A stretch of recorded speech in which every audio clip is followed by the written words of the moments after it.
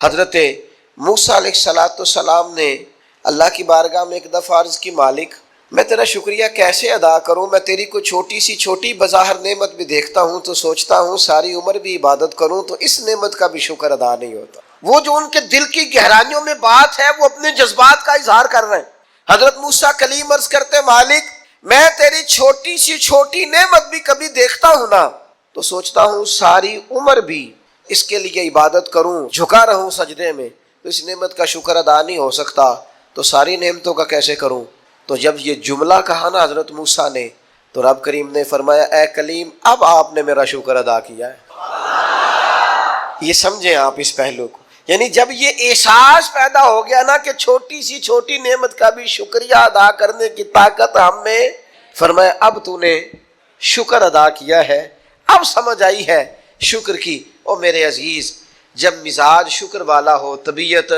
شکر والی، ہر وقت مالک کا شکر، ہر وقت مالک کا شکر، ہر وقت مالک کا، یہ مزاج کا بھی پیدا۔ حضرت داؤد علیہ السلام نے اللہ کی بارگاہ میں عرض کی، مالک مجھے بتا تو صحیح، ایک نعمت کا شکر ادا کر کے میں اسے دیکھتا ہوں تو ساتھ ہی مجھے دوسری نظر آ جاتی ہے، اس کا شکر ادا کرتا ہوں تو تیسری نظر آ جاتی ہے، تیسری کا شکر ادا کرتا ہوں تو چوتھی، تو مالک نعمتیں اتنی زیادہ ہیں آخر میں شکر کیسے ادا کروں؟ تو رب کریم نے فرمایا، اے داؤد آپ تو اپنے رب کی معرفت پانے لگ گئے ہیں، کو تو معرفت ہونے لگ گئی ہے، معرفت الہی پا گئے آپ نعمتیں گنے زندگی میں، گنو، آنکھ کی نعمت گنو، کان کی نعمت گنو، سمجھ کی نعمت گنو، آپ چلنے کی، چھونے کی، پکڑنے کی، سمجھنے کی نعمت شمار کرو، گنو، اللہ نے ماں باپ دیے، بہن بھائی دیے، اچھے استاد دیے، مشائخ دیے، گنو۔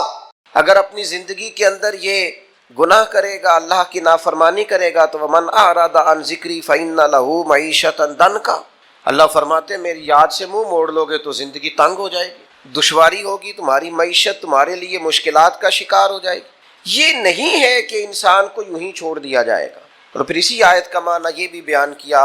ہمارے مفسرین نے کہ ایسا نہیں ہوگا کہ قیامت نہیں سجے گی، یہ نہیں ہوگا کہ جزا و سزا کا میدان نہیں لگے گا۔ اگر وقوع قیامت ہی نہ ہو، قیامت کا میدان ہی نہ لگے تو کیا جس نے ظلم سہا ہے اور اس امید پر چلا گیا ہے کہ قیامت میں بھی فیصلہ ہونا ہے تو پھر تو اس کے ساتھ ناانصافی ہو گئی۔ اگر صبح قیامت میدان ہی نہ لگے، وقوع قیامت ہی نہ ہو تو ظالم جو زندگی بھر ظلم کرتا رہا، جبر کرتا رہا اور کمزور لوگ اسے سزا نہ دے سکے تو وہ قیامت میں بھی یوں ہی دندناتا پھرے۔ قیامت کے میدان کا لگنا، جزا اور سزا کا ہونا، یہ عقلاً بھی ضروری ہے، نقلاً بھی ضروری۔ صبح قیامت جب اللہ کی بارگاہ میں لوگ کھڑے کیے جائیں گے تو اس موقع پر جزا و سزا کا تصور اور عقیدہ اسلام کا بنیادی عقیدہ ہے۔ جو بندہ یہ کہے کہ میں قیامت یا آخرت کو نہیں مانتا وہ بندہ مسلمان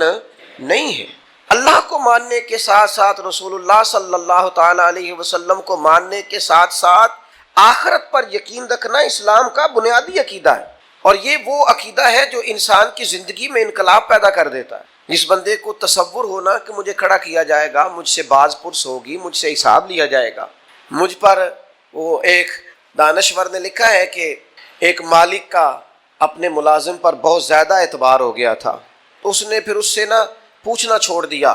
کہ آج کتنی آمدن ہوئی ہے، کتنی بچت ہوئی ہے، کتنے اخراجات ہوئے ہیں۔ تو وہ جو اس کا ملازم تھا وہ بڑا نیک آدمی تھا، اس نے ایک دن کہا کہ صاحب وہ آپ پوچھا کرتے تھے ہر شام کو کہ آج کیا کمایا، کیا خرچ کیا اور ہمارے پاس نتیجتاً آمدن کیا رہی اور نفع کیا رہا، تو آپ پوچھ نہیں رہے۔ اس نے کہا یار سالوں گزر گئے، اب میرا بڑا اعتبار ہے تیرے اوپر، اب میرا بڑا یقین ہو گیا ہے، لہذا میں اب سمجھتا ہوں کہ کوئی ضرورت نہیں ہے۔ تو کہتے ہیں وہ کرسی سے اٹھ کے اس کے پیروں میں بیٹھ گیا۔ اس نے کہا مہربانی کر میرے اوپر اعتبار نہ کر۔ کیا مطلب؟ کہنے لگے یہ تو میرے اوپر اعتبار کر کے مجھے میرے نفس کے حوالے کرنا چاہتا ہے، تو مجھے میری خواہشات کے سپرد کرنا چاہتا ہے کہ میں جو میرے من میں آئے کروں؟ مجھ سے پوچھا کر، کوئی پوچھنے والا ہونا تو انسان اعتدال میں رہتا ہے، مجھ سے سوال جواب کیا کر، کوئی سوال جواب کرنے والا ہو تو انسان کو تصور رہتا ہے، مجھے میرے نفس کے سپرد نہ کر ورنہ یہ تو مجھے گمراہ کر دے گا، یہ تو خواہشات کا فتنہ ہے جو مجھے الجھا ڈالے۔ میرے عزیز یاد رکھیے گا، اگر کوئی پوچھنے والا نہیں ہوتا، اگر سوال جواب نہیں ہوتے، اگر بات چیت نہیں ہوتی تو بہت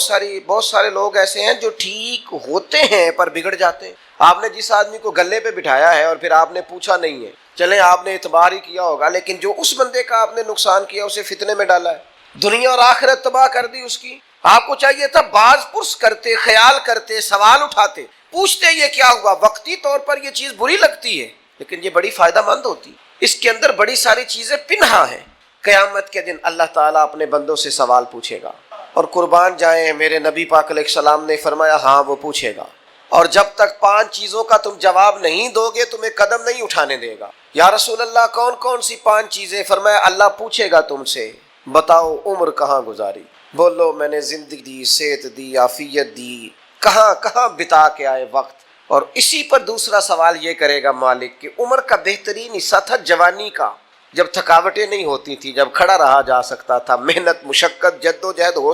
وہ بہترین حصہ جوانی کا کہاں گزارا۔ تیسرا سوال مالک کرے گا بتاؤ نا مال کہاں سے کمایا۔ اور چوتھا سوال یہ تھا کمانے کے بعد بھی مالک تم نہیں تھے، گویا دیا تو میں نہیں تھا نا، تو بتاؤ پھر لگایا کہاں پہ تھا، خرچ کہاں پہ کیا۔ ثم لتسألن یومئذ عن النعیم، ایک ایک نعمت کے بارے میں اللہ پوچھے گا۔ اور 5واں سوال اللہ پوچھے گا بتاؤ جو تم جانتے تھے تم نے اس پر عمل کتنا کیا، جس کا تمہیں پتا تھا، جس کا تمہیں شعور تھا اس پر تو اللہ سوال پوچھے گا۔ اب یہ کیوں سوال ہوں گے وقوع قیامت میں؟ یہ کیوں پوچھا جائے گا کہ قیامت کے دن کی جزا سزا کا خوف ہو بندے پر۔ اسلام ویسے اپنے ماننے والوں کو بے خوف رکھتا ہے، لا خوف علیہم ولا ہم یحزنون، اللہ کے دوستوں کو خوف غم نہیں ہوتا۔ ایک غم تم اپنے اندر رکھو کہ تمہیں قیامت کے دن پوچھا جائے گا، اس کا خوف پیدا کرو، اور یہ خوف مالک کو اتنا پسند ہے، فرمایا وَلِمَنْ خَافَ مَقَامَ رَبِّهِ جَنَّتَانِ، جو اللہ کے سامنے کھڑے ہونے سے ڈرے گا اللہ اسے 2 جنتیں عطا فرمائے گا۔ اس دن کا خوف اپنے دل میں پیدا کر کے تجھے کھڑا کیا جائے گا، تجھ سے پوچھا جائے گا، تیرے سے سوال کیا جائے گا، تجھے جواب دینا ہے۔ تیری طبیعت کے اندر ہمارے ہاں ہوا یہ ہے کہ کچھ لوگوں نے لوگوں کو بے خوف کر دیا ہے۔ امام غزالی رحمۃ اللہ تعالیٰ علیہ فرمایا کرتے تھے جس قوم کے اندر ایسا واعظ، ایسا عالم، ایسا خطیب، ایسا شخص موجود ہونا جو لوگوں سے کچھ بھی نہیں ہونا، بے فکر ہو جاؤ، جہاں ایسا آدمی موجود ہو وہاں شیطان کی ضرورت نہیں ہوتی، وہ تو خود لوگوں کو وسوسوں میں ڈال رہا ہے۔ وہ تیرے دل کے اندر خوف پیدا کرے، وہی ہے تیرے زمانے کا امام برحق جو تجھے حاضر و موجود سے بیزار کرے، وہ تجھے بتائے کہ قیامت میں حساب دینا ہے۔ عجیب بات ہے نا، لوگ کہتے ہیں ہمارے پیر صاحب نے کہا ہے خیر صلی ہے، تو میں کہتا ہوں تمہارے پیر صاحب نے خیر صلی اللہ اگر اللہ کی رحمت پہ امید کرتے ہوئے کہی ہے تو انکار نہیں کرتے، ٹھیک کہا ہوگا، پر تمہارے پیر صاحب نے کہا خیر ہے کچھ بھی نہیں ہونا، تو نبی پاک نے تو اتنا ڈرایا صحابہ کو کہ وہ کانپا کرتے تھے، ان کے تو رونگٹے کھڑے رہتے تھے۔ رحمت للعالمین محبوب کے پاس بیٹھنے والے حضرت انس بن مالک رضی اللہ تعالیٰ عنہ ایک دن بیٹھے تھے لوگوں کے بیچ، تو اچانک اندھیرا، دفعتاً اچانک اندھیرا چھا گیا۔ تو ایک شخص نے کہا جب حضور کے زمانے میں ایسا ہوتا تھا تو آپ کیا کرتے تھے؟ فرماتے اگر تھوڑا بھی اندھیرا ہوتا نا تو ہم کانپنے لگتے، ہمیں ڈر لگتا تھا کہیں قیامت تو نہیں آ گئی، تو پھر ہم فٹافٹ مسجد کو دوڑ جایا کرتے، جا کے نفلوں کی نیت باندھ لیتے تھے، سجدوں میں گر جاتے۔ ان کو تو خوف تھا، وہ تو ڈر رہے۔ سیدہ طیبہ طاہرہ حضرت عائشہ صدیقہ فرماتی ہیں حضور دعا مانگ رہے تھے، اللہم حاسبنی حسابا یسیرا، تعلیم امت کے لیے، ہمیں سمجھانے کے لیے۔ کریم کہتے ہیں اے اللہ مجھ سے جب تو قیامت والے دن حساب لینا تو ذرا آسان کر کے لینا۔ فرماتی ہیں میں تڑپ گئی، میں نے کہا یا رسول اللہ آسان حساب کس کا ہوگا؟ تو حضور فرمانے لگے عائشہ آسان حساب اس کا ہوگا جس سے اللہ تعالیٰ اپنے فضل سے، کرم سے، اپنے کرم سے اللہ نظر فرمائے اور کہے جا تیرے لیے جنت ہے۔ ورنہ فرمایا جس سے اس نے پوچھ لیا نا، جس سے مناقشہ ہوا، جس سے بات ہوئی، جس سے سوال ہوا، جس سے کھڑا کیا گیا، اس کے لیے بڑا مشکل ہے۔ میں کسی کی بات نہیں کرتا، میں ذاتی طور پر خود سمجھتا ہوں کہ حساب دینا بڑا ہی مشکل کام ہے، بڑا۔ کبھی 2-4 ہزار ابا جی دیتے تھے اور کہتے تھے 2-4 چیزیں گھر کی سودے کی لے آؤ، اور وہ جب بعد میں حساب پوچھتے تھے دیا نہیں جاتا تھا۔ کتنے کے پیاز لائے ہو ابا جی؟ وہ 200 روپے کے، تو نے بحث کیوں نہیں کی؟ حساب مشکل ہو جاتا تھا۔ کبھی کبھی پوچھ لیتے تھے نا حساب استاد صاحب کہ آؤ نا آج ٹیسٹ دینا ہے جو تم نے پڑھا ہے، رات نیند کوئی نہیں آتی تھی، سویرے ٹیسٹ ہے، بچوں کو کھانا نہیں گزرتا، سویرے امتحان ہے، پرچہ ہے، جس دن صبح نتیجہ نکلنا ہوتا ہے کیا ہو جائے گا، کھا جائے گا کوئی فیل ہو گئے تو دنیا چھوڑنی پڑے گی۔ مسلوں پہ بیٹھے ہیں نوجوان، کچھ بھی نہیں، مڈل کا، matric, F A, B A, M A کا امتحان ہے، کچھ بھی نہیں، تسبیحاں پڑھ رہی ہیں بیٹیاں، او خدا کے بندو، دنیا کے چھوٹے چھوٹے حساب سے ڈرتے ہو، اس وقت سے کیوں نہیں ڈرتے جب وہ مالک کھڑا کر کے کہے گا بتا نا، میں نے دی تھی نا صحت تجھے، جوانی میں نے دی تھی نا، تیرے ساتھ کتنے لوگ اور بھی تھے، ان پڑھ تھے، عزتیں، شہرتیں، علم، دولتیں میں نے تجھے دی تھی نا، کتنے لوگ تھے تیرے ساتھ پیدا ہوئے تھے، بیمار تھے، کمزور تھے، معذور تھے، صحت تو تجھے میں نے دی تھی نا، آنا میری نعمتوں کا حساب دے۔ میرے عزیز، قیامت کے دن جس سے حساب پوچھا گیا، مناقشہ کیا گیا، حضور فرماتے ہیں وہ قابو آ گیا۔ ہم بھی قیامت کا ذکر کرتے ہیں، ہم بھی کہتے ہیں قیامت کو لے لیں گے، قیامت کو دے دیں گے، لیکن اس کے بعد جو اثر مرتب ہونا ہوتا ہے نا، اثر، ترمذی میں حدیث ہے، دو صحابہ کے درمیان نزاع پیدا ہو گیا زمین کے وراثت کے ایک مسئلے پر، دونوں کے پاس گواہ موجود نہیں تھے، ایک کہتا تھا پلاٹ میرا ہے، مجھے ملا ہے وراثت میں، دوسرا کہتا تھا میرا ہے۔ اگرچہ اللہ تعالیٰ نے محبوب پاک علیہ السلام کو غیب کے خزانوں کی کنجیاں دی ہیں، پر ہمیں سمجھانے کے لیے نبی کریم علیہ السلام ان سے فرمانے لگے، ہو سکتا ہے آج تم میں سے کوئی زیادہ تیز بولے، زیادہ بات بنانی اسے آتی ہو، زیادہ سلیقے سے قائل کرنا آتا ہو، اور آج زیادہ اچھے طریقے سے وکالت کر کے وہ اپنے حصے میں فیصلہ لے جائے کسی سے، لیکن یاد رکھنا آج تو تیزی دکھا کے، چلاکی کر کے اپنے حصے میں فیصلے کرا لو گے، قیامت میں ایسا نہیں ہوگا۔ قیامت کے دن تمہیں جواب دینا ہے۔ آج ہو سکتا ہے تم تیزی دکھاؤ، چلاکی دکھاؤ، کسی کو بنا لو، بات سنا لو، کوئی بھولا آدمی تمہارے کا شریف آدمی ہو، پیار کرنے والا ہو، تمہارے پیچھے چل نکلے، تم دال، قیامت میں کیا کرو گے؟ تو ہمارے بیچ بھی یہ باتیں ہوتی ہیں، پر معاذ اللہ ہم کہتے ہیں دیکھی جائے گی۔ ان دونوں کو رسول کریم نے جب فرمایا نا کہ آج تو تم فیصلہ کرا لو گے، قیامت میں کیا کرو گے، تو ایک کہنے لگا یا رسول اللہ میرا گزارا ہوتا ہے، اسی کو دے دے آپ، حضور میرا کام چلتا ہے۔ تو وہ دوسرے کہنے لگے نہیں، آپ مہربانی فرمائیں، آپ نا انہی کو دے دیں، یہ نا میرا، وہ حضرت عمر کا زمانہ تھا نا، تو ایک شخص نے زمین بیچی تو دوسرے نے خرید لی، تو وہ جس نے خریدی وہ ہل چلانے لگا، تو ہل چلاتے چلاتے اندر سے خزانہ نکل آیا، تو وہ لے کے اس شخص کے پاس چلا گیا، کہنے لگا میں نے نا زمین خریدی تھی، خزانے نہیں خریدے تھے، لہذا رکھ لے اپنا خزانہ۔ تو وہ کہنے لگا میرے بھائی تو کو زیادہ نیک نہیں، میں نے جب بیچی تھی تو زمین بھی بیچی تھی اور جو کچھ اندر تھا سارا ہی بیچ دیا تھا، لہذا تیرا ہی ہے، میں نہیں قیامت میں حساب۔ وہ کہتا ہے تیرا ہے، یہ کہتا ہے آج کل کیا ہوتا ہے، نہیں نہیں میرا ہے، ابا جی سے پوچھ لو، چاچا جی سے پوچھ لو، میں پہلے بار گیا تھا، کام پہلے میں نے شروع کیا تھا، فلانے سے پوچھ کے دیکھو، محنت ساری میری ہے، تیرا ہے بھائی تیرا ہے، مجھے نہیں چاہیے، لے جا لے جا۔ قربان جائیں، یہ دنیا میں وہ روشن ستارے ہیں جن میں نور محمد عربی نے عطا فرمایا صلی اللہ تعالی علیہ، لے جا بھائی تیرا ہے۔ اب وہ فیصلہ حضرت ابی بن کعب کے پاس گیا، فیصلہ انہوں نے بڑا انوکھا کیا، وہ کہنے لگے جی میں نے دیکھے جی میں نے زمین خریدی تھی، اندر خزانہ تو نہیں نہ خریدا تھا، اسے کہے رکھے اپنا خزانہ، تو وہ کہنے لگا جی میں نے بیچ دی تو خزانہ بھی اسی کا ہے۔ انہوں نے فیصلہ کیا، دونوں سے پوچھنے لگے آپ کی اولاد ہے؟ ایک نے کہا میرا بیٹا ہے، دوسرے نے کہا میری بیٹی ہے، فرمایا دونوں کا نکاح کر کے خزانہ دونوں کو دے دو، ان کے حوالے کر دو بچوں کے، تم دونوں۔ جب وقوع قیامت کا خیال ہوتا ہے نا، اللہ کی بارگاہ میں حاضر ہونا ہے، جب صبح قیامت کا تصور، اور ساری رات یہ سوچ آتی ہے کہ صبح مال کیسے زیادہ کرنا ہے اور کیسے جمع کرنا ہے، اور اللہ فرماتا ہے کہ گن گن کے رکھتے ہو رات کو، ویل لکل ہمزۃ لمزہ الذی جمع مالا وعددہ، رات گن گن کے رکھتا ہے، 1000 والے علیحدہ، 500 والے، 5000 والے علیحدہ علیحدہ، اللہ کہتا ہے گن گن کے رکھتا ہے، تو جمع کر کر کے رکھتا ہے، پتہ ہے مالک کو۔ اور میرے بھائی جس طرح تو یہ سوچتا ہے صبح پیسے زیادہ کرنے، یہ کیوں نہیں سوچتا قیامت میں حساب بھی دینا ہے، اللہ کی بارگاہ میں حاضر بھی ہونا ہے۔ حضرت عبد الرحمن ابن عوف صحابہ میں سب سے امیر آدمی تھے، اور اتنی خوبصورت اور اتنی ان کی صاف ستھری دولت تھی کہ ان کے پیچھے نبی پاک نے نماز ادا فرمائی ہے،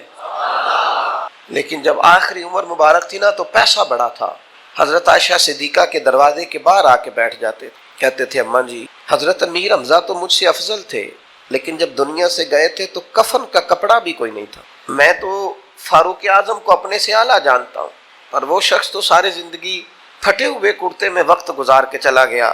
علی ابن ابی طالب حضور کے بھائی تھے، ساری زندگی پھٹی تہمت انہوں نے پہنی، پیوند لگے ہوئے، جگہ جگہ پہ پیوند لگے، تہمت پہنی، اور میرے پاس اتنے پیسے۔ اور پھر جب زیادہ رونے کو دل کرتا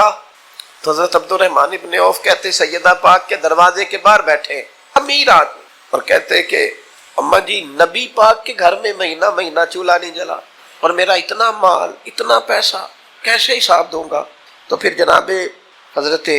عائشہ صدیقہ ان سے کہتی عبد الرحمن اٹھ، اللہ کی راہ میں خیرات کر کے آ، مجھے امید ہے اللہ تیرے اوپر آسانی فرمائے۔ صبح قیامت کا ڈر، اللہ کا خوف، اس کی بارگاہ کے اندر حاضری کا تھوڑا سا کئی دنوں کے بعد کھانا حضرت ابو الحیثم کے باغ میں جا کے کھایا۔ حضرت عمر کہتے ہیں یہ مسلم شریف میں ہے، فرماتے ہیں کئی دنوں کی بھوک تھی، میں گیا تھا ابو بکر کے گھر کھانا کھاؤں گا تو انہوں نے بھی کئی دنوں سے نہیں کھایا تھا، ہم دونوں حضور کی بارگاہ میں حاضر ہو۔ نبی کریم نے فرمایا بھوک لگ رہی ہے تمہیں؟ میں ہاں۔ فرمایا میں نے بھی 4 دن سے روٹی کوئی نہیں کھائی، چلو ابو الحیثم انصاری کے گھر چلتے ہیں۔ فرماتے ہیں انہوں نے بکری ذبح کی، نبی پاک علیہ السلام نے تھوڑا سا کھانا کھایا اور کھانا کھا کے حضور گہری سوچ میں چلے گئے۔ تو عرض کی یا رسول اللہ صلی اللہ تعالی علیہ وسلم کیا ہوا؟ تو حضور فرمانے لگے سوچ رہا ہوں یہ جو کھایا ہے اس کا حساب بھی تو دینا ہے نا۔ تو حضرت عمر فاروق کہتے ہیں میں تڑپ کے عرض کی حضور 4 دنوں کے بعد اگر گوشت ملا ہے تو حساب دینا ہے؟ تو حضور نے فرمایا عمر صرف وہ کپڑا جو تمہارا بدن چھپائے، وہ چھت جو تمہارا سر چھپائے، اور وہ کھانا جو تمہاری کمر سیدھی رکھے، اس کے علاوہ اللہ تم سے سوال پوچھے گا، تم نے جواب دینا ہے۔ ہتھی بکی مٹی پوندے،